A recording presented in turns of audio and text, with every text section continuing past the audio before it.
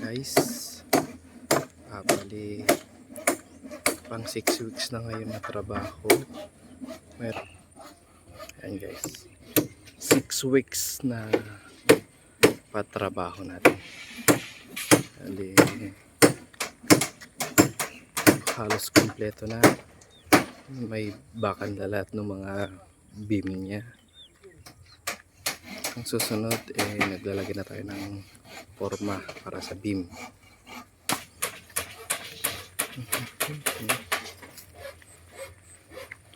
Ayan.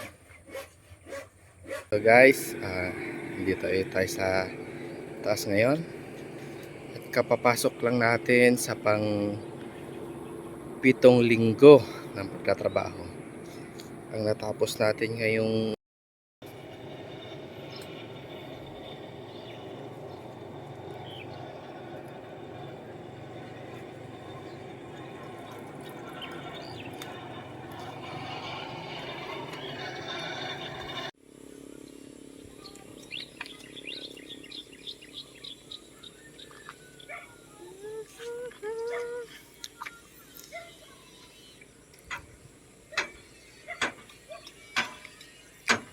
yan ang ating